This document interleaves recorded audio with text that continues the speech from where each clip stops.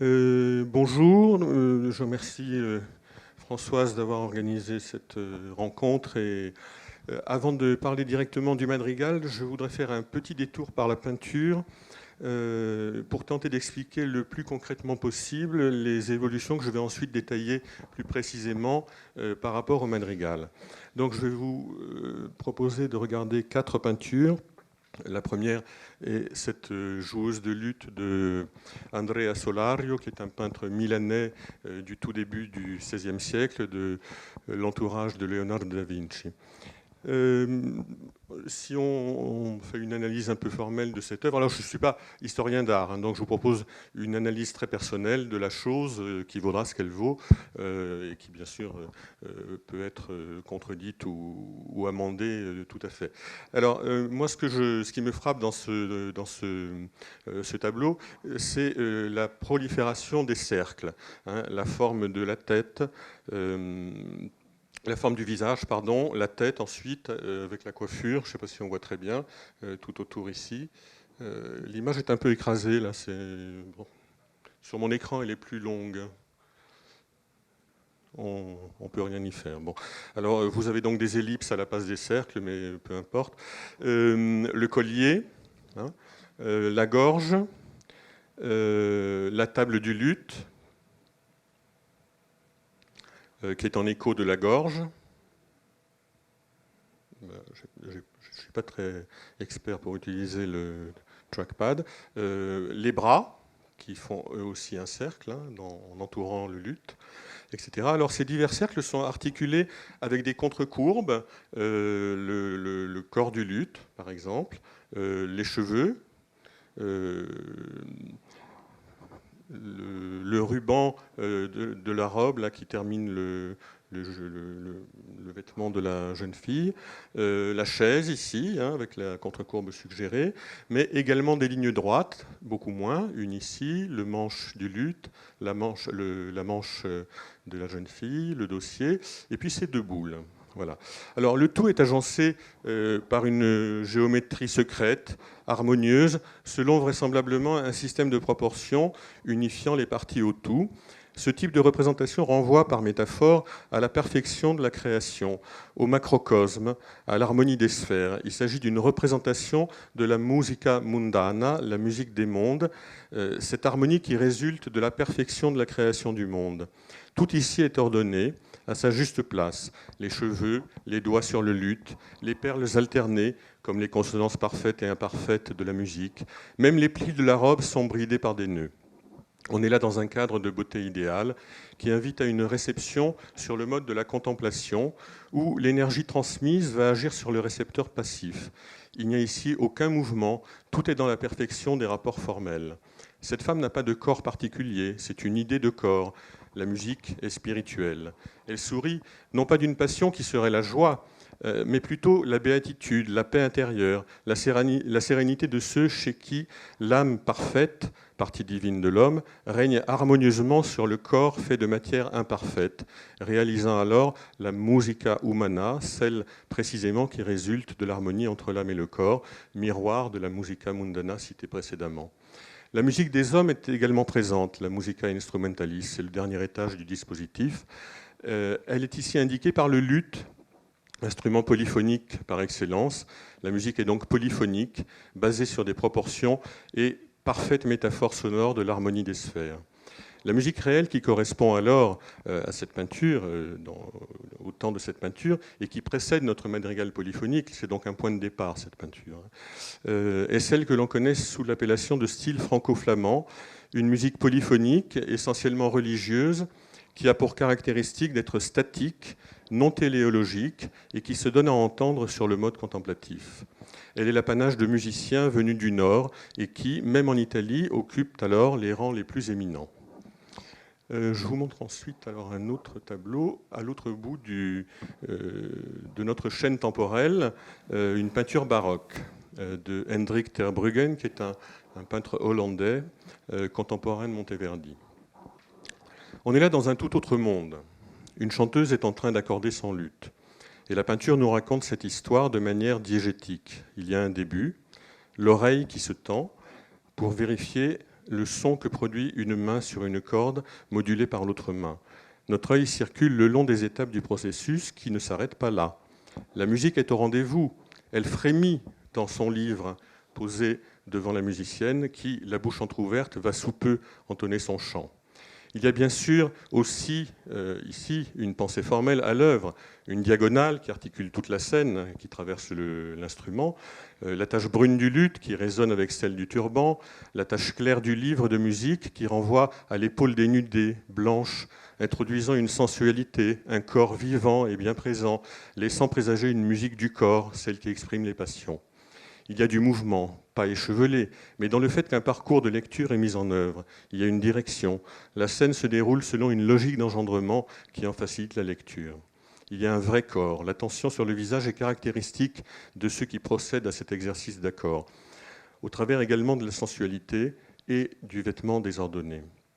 L'objet de la mimésis a définitivement changé.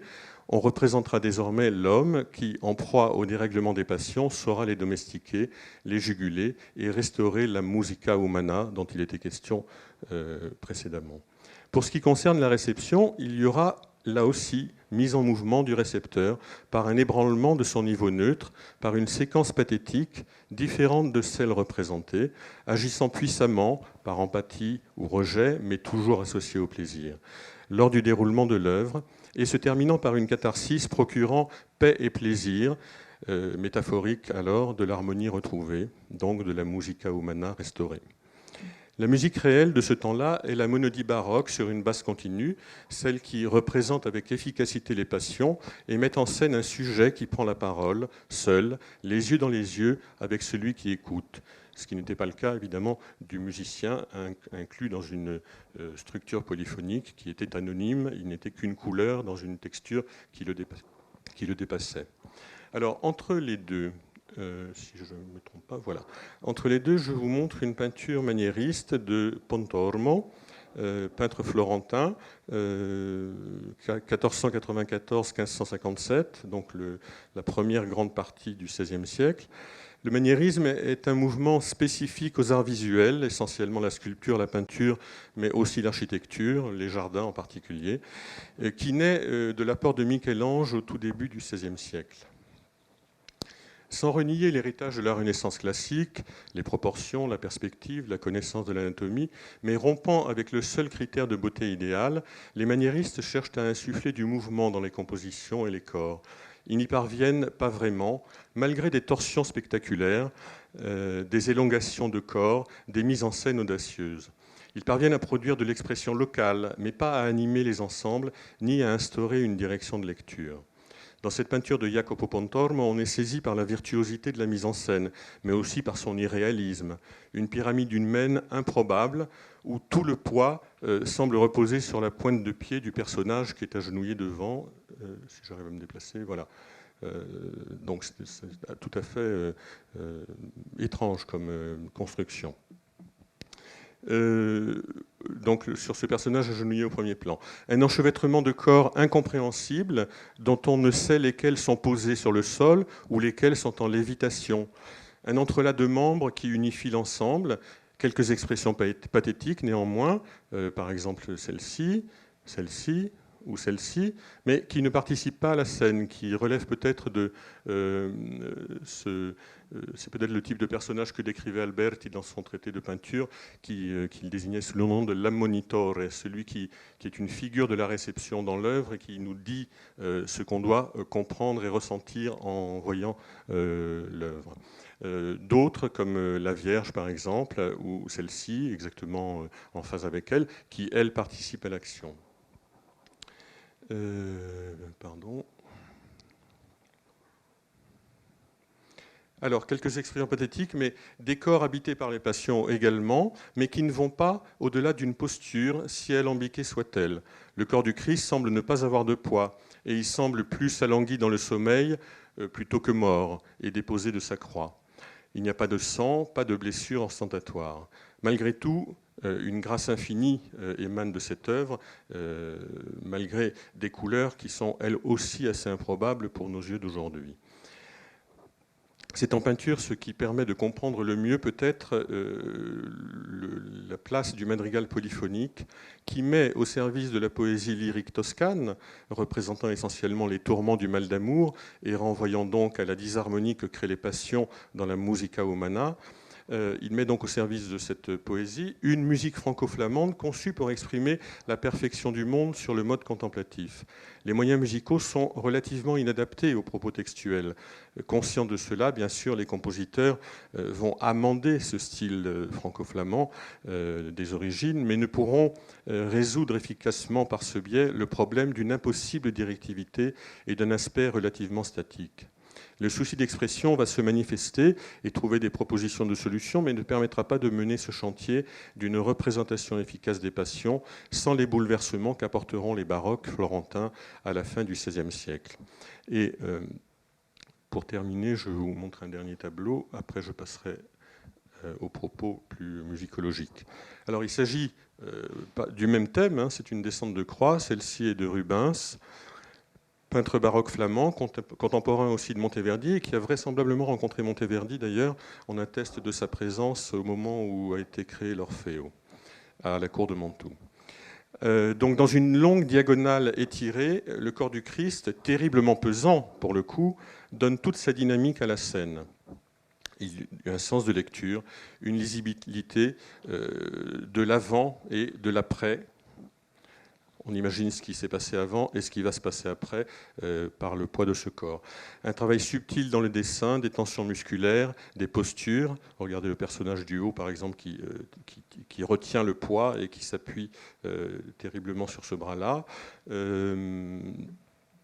Des directions de corps et de regard. Une conception réaliste du corps supplicié et sanglant. Des visages expressifs qui sont, eux, inclus dans la narration.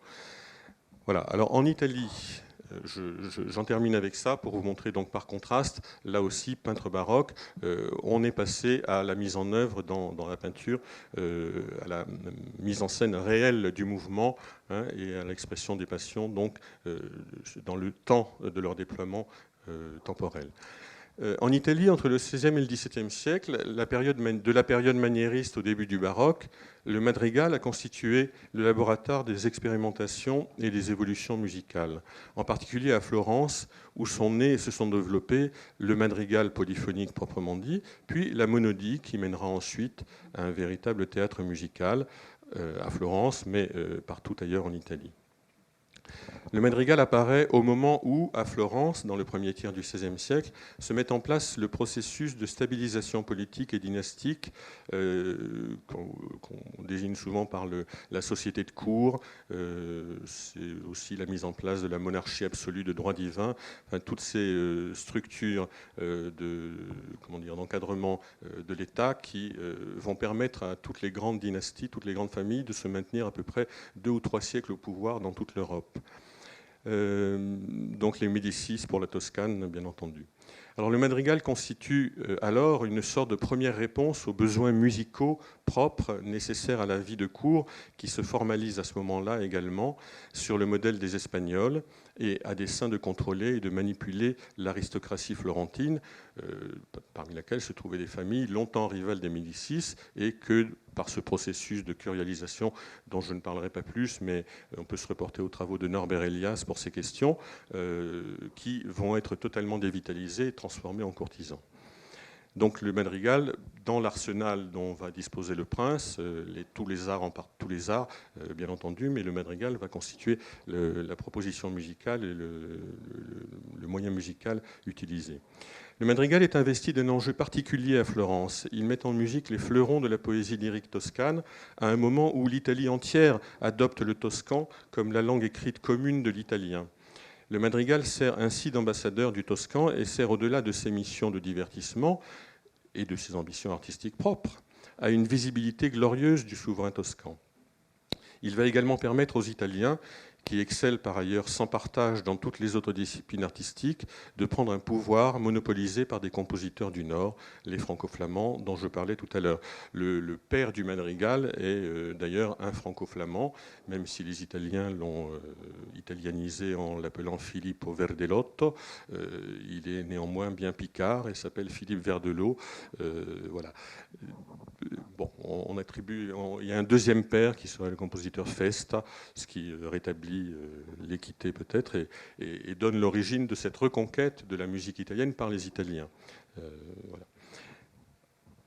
Le madrigal musical recouvre une grande variété de manifestations et connaît nombre de dénominations. Le mot utilisé par les musicologues aujourd'hui ne correspond pas forcément au nom que les musiciens eux-mêmes donnaient à ces objets musicaux à l'époque. On trouvait arie, musiche et nombre d'autres dénominations, un petit peu comme pour ce qui concerne la poésie, me semble-t-il d'ailleurs. Hein, voilà. Donc c'est... Alors, la forme sur laquelle... La première forme dont je vais parler est la forme purement polyphonique. Plusieurs voix, 4 à 6, chantent en même temps, chantent le même texte, pardon, pas forcément en même temps, selon des procédures plus ou moins complexes, dans des relations entre ces voix organisées selon le dessin du compositeur, a priori pour mettre en scène le contenu du texte, bien entendu, avec ou sans doublure instrumentale lors de l'exécution.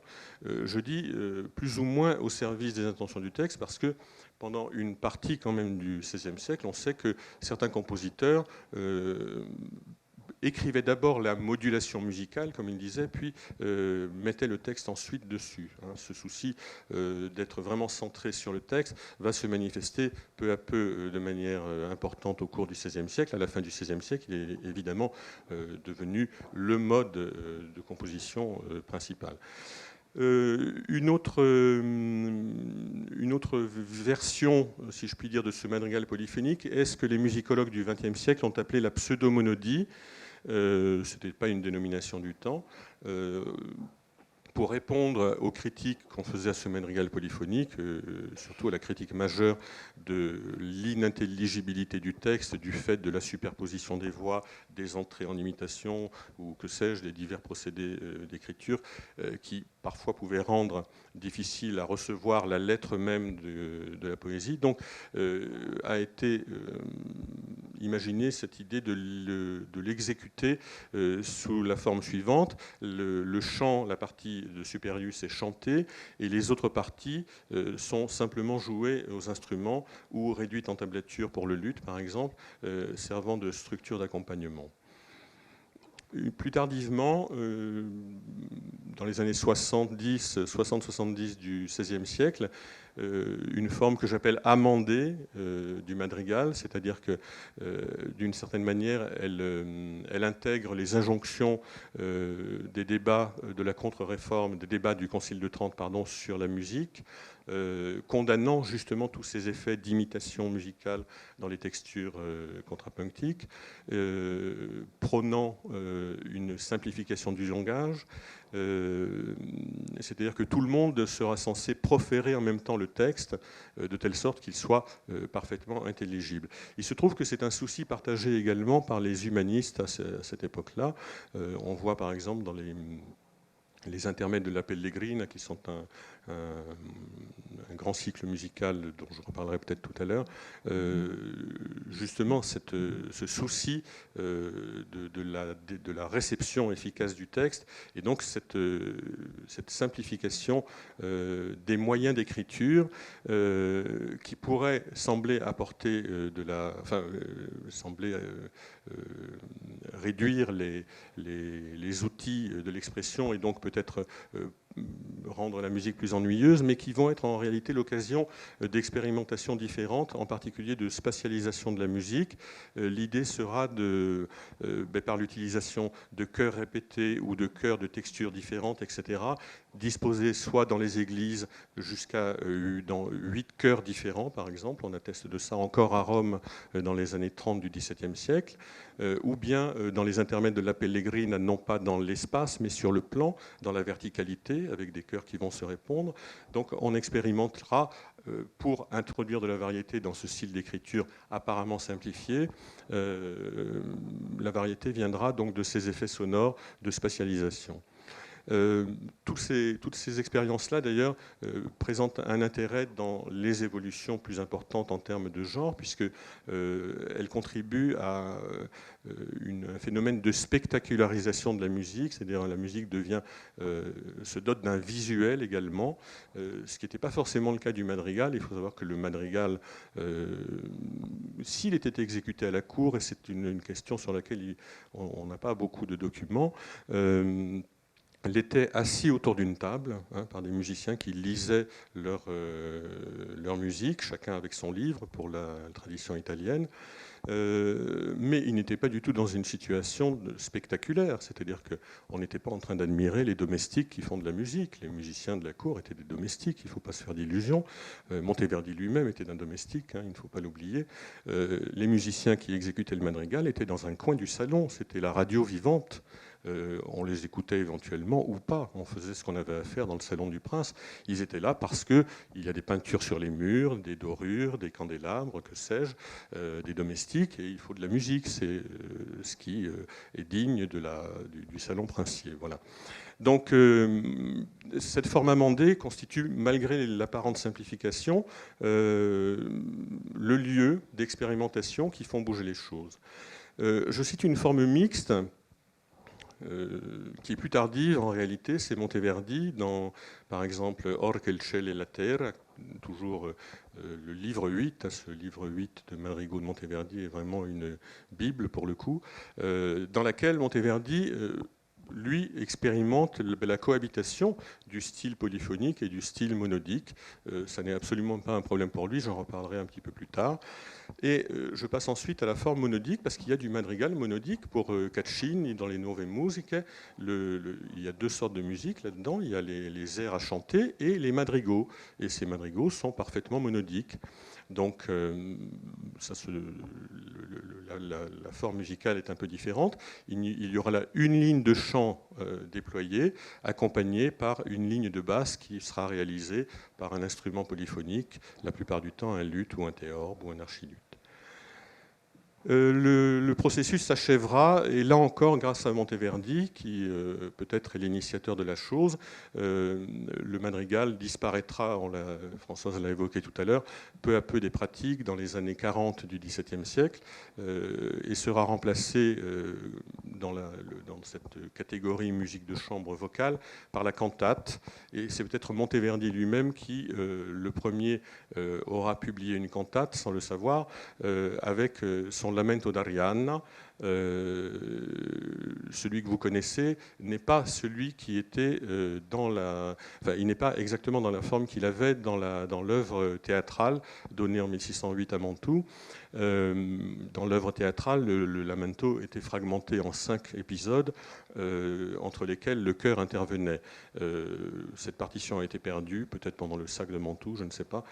En tout cas, Monteverdi a eu la sagesse d'en faire cette version condensée, sans les chœurs, et on a la chance qu'il en reste un exemplaire, parce que si à la bibliothèque de Bruxelles, la bibliothèque royale de Bruxelles, si cet exemplaire avait disparu, on n'aurait plus aucune trace de cette œuvre. Donc la cantate qui terminera le processus de ce madrigal comme laboratoire des évolutions musicales. Alors le madrigal musical n'est pas une forme, mais il prend la forme que lui conférera le texte une fois réalisée l'incorporation musico-textuelle. Plus ou moins long, mais jamais très long, il n'est pas strophique. Il est durchkomponiert, pour utiliser un mot musicologique, c'est-à-dire composé de part en part, chaque partie du texte suscitant une musique originale. Il n'y a a priori pas de répétition musicale dans ce genre-là. Ça ne veut pas dire qu'on n'en trouvera pas, mais ce n'est pas la situation la plus fréquente.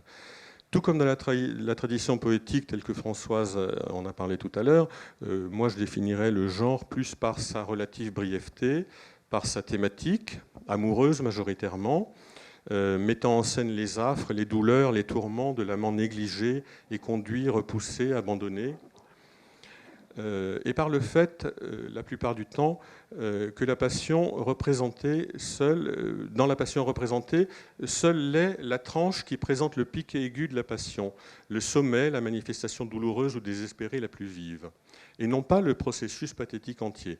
Ce qui n'est pas sans poser de questions, je ne sais pas si on aura l'occasion de reparler de ça, mais c'est une chose qui nous a interrogés, Françoise et moi, parce que ce n'est pas habituel dans dans la représentation des passions en général dans les arts. Dans la représentation des passions, au-delà des signes ponctuels permettant d'identifier telle ou telle expression de telle ou telle passion, ce qui peut seul rendre efficace la représentation, c'est la représentation du schéma temporel qui la sous-tend. Une passion, c'est une séquence articulée avec un début, X épisodes, et une fin. Ces épisodes sont des moments plus ou moins puissants, tendus, dynamiques. L'ensemble constitue une chaîne temporelle variée, donnant à voir les différents moments du déploiement pathétique. Alors, la polyphonie, avec son alternance de consonances parfaites et imparfaites, ou dissonances et consonances, plus rarement, lors des rencontres verticales des voix menées, dans ce style polyphonique, la tensivité est très réduite, elle s'épuise aussi vite qu'elle naît, et donc il est difficile d'imaginer la transposition de cette tension sur sur une phrase ou sur quelque chose de plus long. La simple réception contemplative traditionnelle du style franco-flamand ne suffit plus pour assurer une meilleure représentation des passions visées. La musique du madrigal va innover, sans remettre en cause l'aspect polyphonique. Il y aura quelques innovations chez donc les compositeurs italiens. La migration de la mélodie au soprano, par exemple, qui permettra justement cette exécution pseudo-monodique dont je parlais tout à l'heure. Une musique qui de plus en plus se déploiera au fil du texte, donc dans le respect et l'expression la plus fine possible du texte, et surtout une posture rhétorique perceptible dans des choix spécifiques de disposition de la musique par rapport au texte, qui seront déjà des choix expressifs, ou d'élocution, en particulier avec une invention fertile de figures musicales pour relayer au mieux les images et les contenus textuels sur le plan sonore. On pourrait penser, si la musique n'a pas les moyens de le faire, que le texte, bien conçu, aurait pu seul assumer efficacement la représentation du déploiement temporel de la passion représentée et instaurer une directivité. Mais la polyphonie, par ses principes mêmes d'énonciation, ses textures imbriquées, rendant les voix interdépendantes, rendait cette mission impossible. Cet aspect statique, non téléologique, ne veut pas dire que ponctuellement, la musique ne sera pas capable de mettre en scène des gestes, de l'animation, voire de l'agitation. Mais ce sera local, au service d'une image suspendue, un cliché, un arrêt sur image. C'est peut-être la raison pour laquelle, d'ailleurs, dans ce style polyphonique, on met en scène seulement des fragments du processus pathétique, et c'est peut-être la raison pour laquelle on n'a pas réussi à penser le très grand genre, la très grande forme dans ce style-là. Alors, pour ce qui concernera le madrigal monodique, les phrases seront plus développées, seront étendues jusqu'au vers.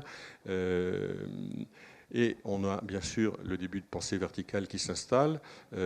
Donc ça permet là un déploiement de la tensivité sur une plus grande section que la simple alternance d'une consonance parfaite et imparfaite. La tensivité se déploie sur une phrase, souvent par l'irruption d'un geste rhétorique. Voilà. Alors la phrase est déployée sur le modèle de la déclamation théâtrale. On recommande d'ailleurs aux compositeurs, alors j'ai été tout à fait passionné par la communication de tout à l'heure, et pour le combat de Tancrède de Monteverdi, j'étais en effet tout à fait intéressé. Mais évidemment, ce ne sont pas des modèles que l'on recommande. Le modèle qu'on recommande, c'est l'acteur. Donc on recommande aux compositeurs, c'est le cas par exemple de Galilei, Vincenzo Galilei, qui recommande d'aller voir les Zanni. C'est une troupe de commedia dell'arte à l'époque, pour voir comment ils incarnent déjà le caractère du personnage d'une part et les passions que ce personnage va ensuite avoir à représenter. Donc l'incarnation, l'observation doit porter bien entendu sur les moyens musicaux qu'il y aura dans la poésie, puisqu'ils seront centraux dans l'élaboration du style récitatif. Donc on recommande au compositeur de faire déclamer le texte par un acteur devant lui, réutilisant donc le compositeur les éléments déjà proprement musicaux de la poésie, le rythme, les accents, métriques ou prosodiques, le déploiement spatial, qui tous seront modifiés en ampleur, en vitesse, en intensité, et là, selon la nature et le degré de la passion représentée. La monodie utilisera bien sûr des gestes rhétoriques forts en termes de dissonance, de contraste, de variété dans les moyens utilisés. La musique n'a cependant, donc même dans la monodie, cette monodie qui permettra de penser le théâtre musical, n'a toujours pas développé les moyens de transposer l'intensivité dans la forme. Ce sera le projet et le travail progressif du système tonal in progress à partir du XVIIe siècle. C'est donc le texte qui continuera, même dans le madrigal monodique et plus tard même dans l'opéra, qui continuera d'assurer la forme musicale. Mais c'est surtout, pour ce qui concerne la monodie, le code performatif, la technique d'exécution nouvelle, la sprezzatura, telle que Caccini l'a décrit dans ses Nuove Musiche, qui va conférer directivité et mouvement, comme le fait dans le cadre de la déclamation proférée le texte théâtral ou poétique. C'est donc l'inclusion de ces manières de faire dans la profération musicale qu'on obtiendra cet effet et que l'on pourra du coup être au rendez-vous de l'imitation efficace des passions. Dans la sprezzatura, par la latitude qui est alors offerte au chanteur d'accélérer ou de décélérer, de dilater ou contracter les rythmes, de proférer plus fort ou plus doucement, selon la nature de ce qu'il aura à dire, et donc au gré du schéma pathétique dynamique en cours de déploiement, émergera de la déclamation musicale. Moi j'ai fait une phrase tellement alambiquée que j'arrive plus à la lire. Émergera donc une déclamation musicale sur le mode animé et directionnel, qui est cette fois celui du film et non plus celui de l'arrêt sur image.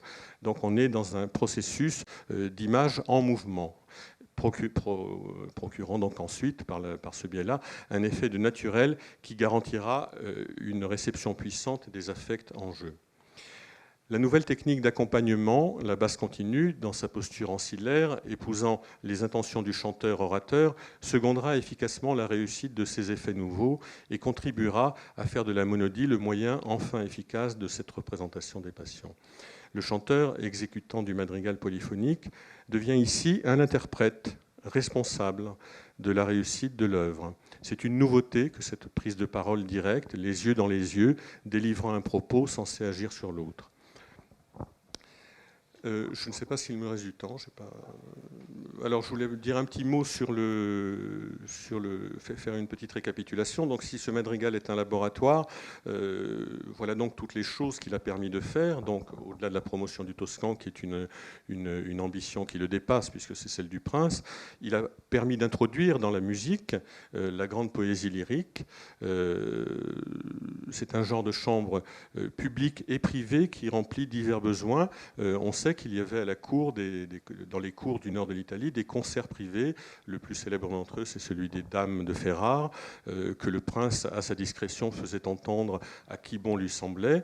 Et c'est peut-être une explication du problème que je pointais tout à l'heure, de ne pas représenter la séquence pathétique tout entière. Ce qui légitime la représentation des passions aux yeux de l'Église, ou en tout cas de l'idéologie dominante, c'est le fait qu'on représente bien sûr les dérèglements de la passion, mais surtout la manière dont le sujet va reprendre le pouvoir sur ses passions, les juguler, les domestiquer.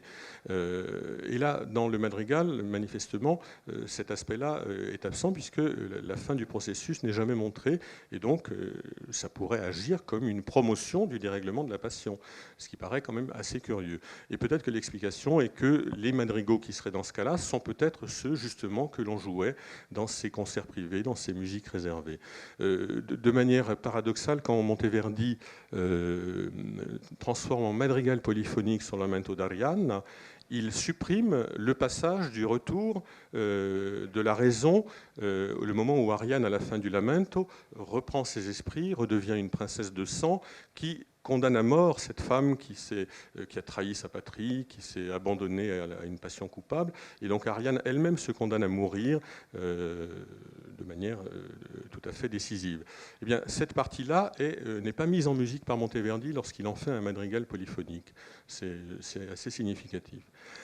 Donc, dans ses formes pseudo-monodiques et sa forme amendée, il a contribué au débat, aux expérimentations vers une possible monodie, en introduisant donc cette variété et ces variations dans la manière d'écrire d'une part, mais surtout de proférer.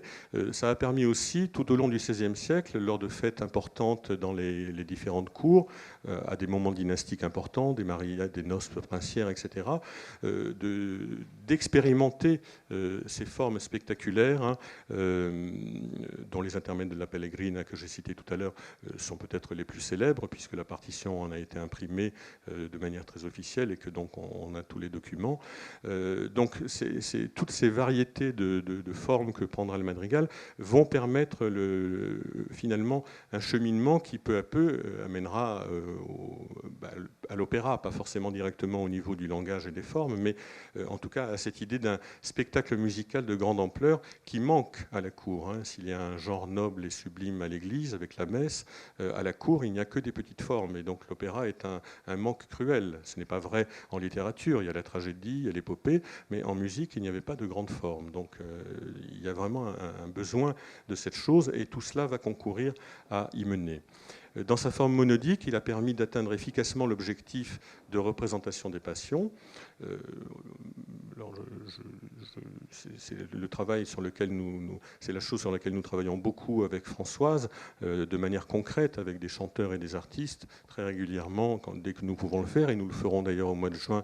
Françoise viendra à Paris, nous consacrerons un séminaire intensif entier à une compositeur très importante du XVIIe siècle, Barbara Strozzi, et donc nous associerons là des chanteurs.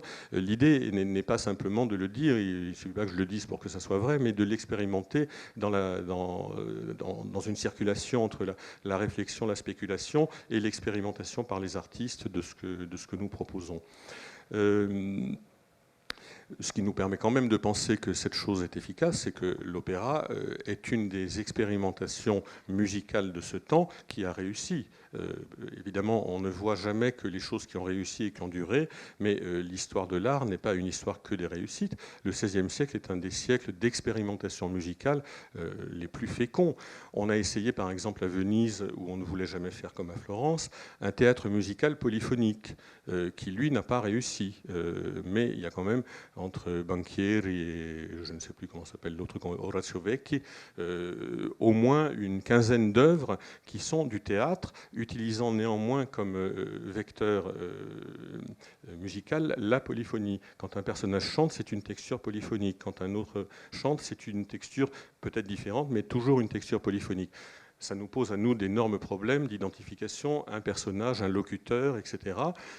On ne sait pas trop comment ils faisaient à l'époque. Aujourd'hui, on met les chanteurs dans la fosse d'orchestre, on met des danseurs sur la scène, et puis on croit qu'on a résolu le problème. Voilà. Mais on sait que c'était représenté, puisque dans les préfaces de Banchieri, on décrit dans le salon, on délimite un espace de représentation, et donc il y avait un visuel qui était... bon. Historiquement, ça ne marche pas, donc on a oublié cette forme-là. En tout cas, l'opéra, lui, s'est installé durablement dans la musique occidentale. Cette monodie permet donc le développement de genres nouveaux, comme l'opéra, donc, qui s'appelle la favola in musica, et donc vient finir par combler ce manque dont je parlais tout à l'heure. La cantate, bien sûr, résultera de tout ça aussi. Et surtout, ce que je trouve moi très important, c'est cette création de l'interprète, c'est-à-dire de l'exécutant qui devient le vecteur essentiel de l'œuvre et qui prend là un statut très important, en qui d'ailleurs on a une confiance incroyable. Pendant les 40 premières années du XVIIe siècle, il n'est pas rare de voir dans les préfaces, et ça on le laisse à la discrétion de l'interprète, du chanteur, qui saura efficacement réaliser la chose, tant pour le chanteur que pour le réalisateur de continuo. On ne met dans la partition d'une part et dans les préfaces et dans les traités que ce qui est utile et qu'il faut mémoriser. Tout ce qui est évident et implicite ne l'est pas. Et donc pour le continuo, par exemple, c'est très très frustrant de lire les préfaces de ces grandes œuvres parce qu'on dit « Ah mais oui, mais puisque Naldin, il le fait très bien, on n'a pas besoin d'en dire plus, il le fera comme il faut au moment de l'exécution. » Voilà. En tout cas, l'interprète, on lui fait une confiance incroyable et ça ne va pas durer longtemps parce que dès que l'opéra public s'installe à Venise, le compositeur reprend un beaucoup plus grand pouvoir sur l'information des partitions et là, l'interprète sera dans une posture beaucoup plus ancillaire. Les Florentins, Peri et Caccini, qui sont donc les créateurs officiels de la nouvelle, du nouveau genre Favola in Musica, et qui sont parmi ceux qui ont travaillé à forger la monodie, avaient violemment rejeté le style polyphonique pour forger cette monodie véritable sur une basse continue qu'ils ont utilisée exclusivement. Monteverdi, lui, était beaucoup plus ouvert et conscient de l'intérêt que pouvait présenter l'un ou l'autre style selon les occasions textuelles.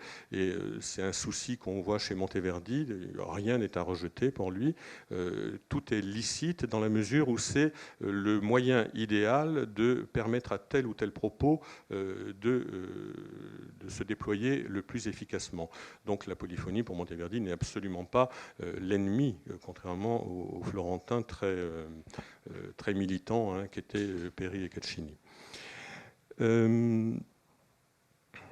Alors, Monteverdi, avec ce fameux livre 8, avait, d'une certaine manière, résolu une grande partie des problèmes liés au madrigal polyphonique, puisque, avec les différentes formes qu'il lui a données dedans et l'articulation qu'il en a faite avec d'autres styles, comme le monodique ou l'irruption des instruments, etc., d'une certaine manière, on peut dire qu'il avait sauvé le madrigal de toutes les critiques qu'on avait pu lui faire à la fin du XVIe siècle. Mais il le fait à un moment historique où les cours italiennes ne vont pas bien sur le plan financier. On met beaucoup moins d'argent dans ces choses-là. Et l'entretien d'un concert de chanteurs devient un luxe qu'on ne se permet plus. Le passage à la cantate a aussi cette motivation-là. Il faut, dans les évolutions artistiques, c'est très souvent les conditions de production qui sont explicatives des évolutions, ou qui en tout cas peuvent les précipiter ou les encourager. La nouveauté de toutes ces approches réside dans l'idée que l'énergie, l'expression musicale n'est plus sise seulement dans un matériau musical, l'éthos des modes par exemple pour la polyphonie, ou dans la mise en œuvre de procédures musicales strictes, le contrepoint, mais dépend de la délivrance responsable d'un propos.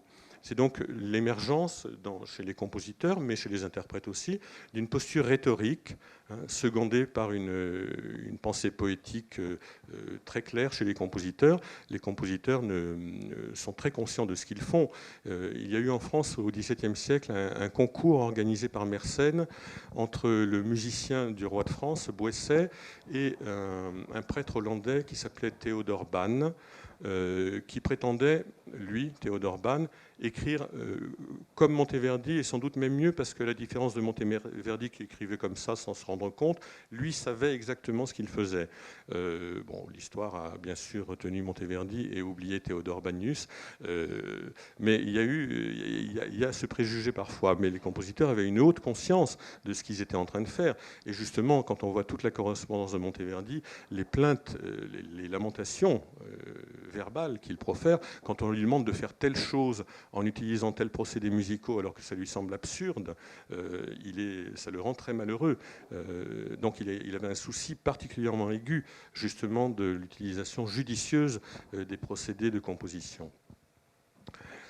Alors pour les polyphonistes, il y avait une esquisse de pensée rhétorique complète, mais l'accent était surtout mis sur l'élocution, c'est-à-dire la mise en les procédés d'écriture, comme les figures, etc., qui vont relayer l'idée musicale et qui, donc, dans le cadre des choix de mise en forme, vont assumer, en renforçant la lisibilité, le propos du poème, soulignant par une proposition musicale saillante tel ou tel élément, telle ou telle image suggérée par le texte. Pour le tout venant des compositeurs, cela finira par constituer un lexique un peu naïf, un peu répétitif, de procédés figuraux dont les musicologues modernes se sont parfois moqués. Hein. Le mot madrigalisme est un peu péjoratif. Mais chez des compositeurs comme Roland de Lassus ou Monteverdi, les clichés, lorsqu'ils sont utilisés, sont toujours réénergisés. C'est-à-dire qu'ils ne se contentent pas de les réutiliser bêtement. Il y a toujours une deuxième raison, si on analyse finement, de l'utiliser. Et il y a toujours, la plupart du temps, un souci d'invention renouvelée et une création figurale toujours originale au service, souvent exclusif, du texte, de ce texte précis et sans doute jamais réinvesti plus tard. Donc cette pensée figurale n'est pas aussi naïve que parfois, là aussi, la musicologie a pu le dire. Pour les monodistes, la posture historique est plus complète. Elle est référée à celle de l'orateur-acteur, avec l'élaboration d'un discours musical qui permette d'en mettre en œuvre les effets sur l'auditoire par un code performatif innovant et pensé lui aussi, ce qui n'était pas le cas de la polyphonie. Hein. La performance n'était pas du tout pensée. Voilà. J'en ai terminé pour l'aspect historique de mon exposé. J'avais un petit mot à dire sur notre laboratoire, mais je pense que là, ça dépasse. Bon, je le dis de manière plus informelle alors pour ne pas lire parce que c'est trop long. Oui, non, l'idée que nous défendons avec Françoise, c'est que pour que ces musiques puissent à nouveau retrouver une parole efficace, ce qui n'est pas toujours le cas. Hein. La résurrection de la musique ancienne depuis les années 50 nous a fait entendre parfois des restitutions sans doute sincères dans les intentions, mais un peu consternantes dans leur réalisation. Donc l'idée, c'était de se redonner les moyens de le faire de l'intérieur. C'est passé par un grand travail de récupération de savoir et surtout par cette idée de travailler, non pas de manière dogmatique, en énonçant par exemple un ensemble de procédures à mettre en œuvre, mais en faisant confiance à chaque fois à chaque œuvre, en faisant surgir les rapports fins qu'il y a entre le texte et la lecture qu'en a fait tel compositeur, et puis surtout en mettant tout ça à l'épreuve du réel par un travail systématique avec des artistes interprètes. Donc c'est vraiment comme ça qu'on a décidé de procéder. Et notre présence, enfin ma présence ici et le souci de Françoise dans cette rencontre, c'est d'élargir peut-être notre champ de curiosité et d'échange pour peut-être aller plus loin dans l'intelligence de ces objets d'une part, et peut-être aussi dans la performance, chose que nous avons déjà tentée. Par exemple, nous utilisons dans le Lamento d'Ariane maintenant une comédienne qui a travaillé, qui est italienne et qui a travaillé dans les musiques populaires italiennes, je ne sais pas exactement, mais c'est un type de voix à la Giovanna Marini, donc une voix très terrienne, pas du tout une voix stylisée de type bel canto, et c'est un travail intéressant. Alors je ne dis pas que c'est achevé encore, mais ça fait surgir des strates très très intéressantes au niveau expressif qui n'apparaissent pas lorsque c'est une voix plus stylisée ou moins, ou de manière plus médiatisée. Ce qui nous autorise à le faire, c'est aussi que Monteverdi l'a fait avant nous. Monteverdi était à la cour en train de préparer, j'en termine avec ça, il préparait la production de l'Ariane pour des noces princières à Mantoue, et la chanteuse qui devait interpréter Ariane meurt. Monteverdi a quand même à sa disposition les deux filles de Giulio Caccini, qui sont à l'époque les deux meilleures cantatrices, une fois l'autre morte. Peut-être l'ont-elles d'ailleurs aidée, ça j'en sais rien. Mais en tout cas, Monteverdi ne choisit aucune des deux filles de Caccini. Il choisit Caterina Martinelli, qui est une comédienne appartenant à une troupe de Commedia dell'arte et présente à la cour de Mantoue également pour les noces princières. Donc Monteverdi a privilégié une virtuosité d'expression à une virtuosité exécutive. Et donc, c'est ce genre de choses que nous essayons de mener avec Françoise. Et nous espérons que ces rencontres nous permettront d'affiner notre arsenal et notre curiosité et d'aller plus loin peut-être avec d'autres voies dans cette perspective. Voilà. Je vous remercie.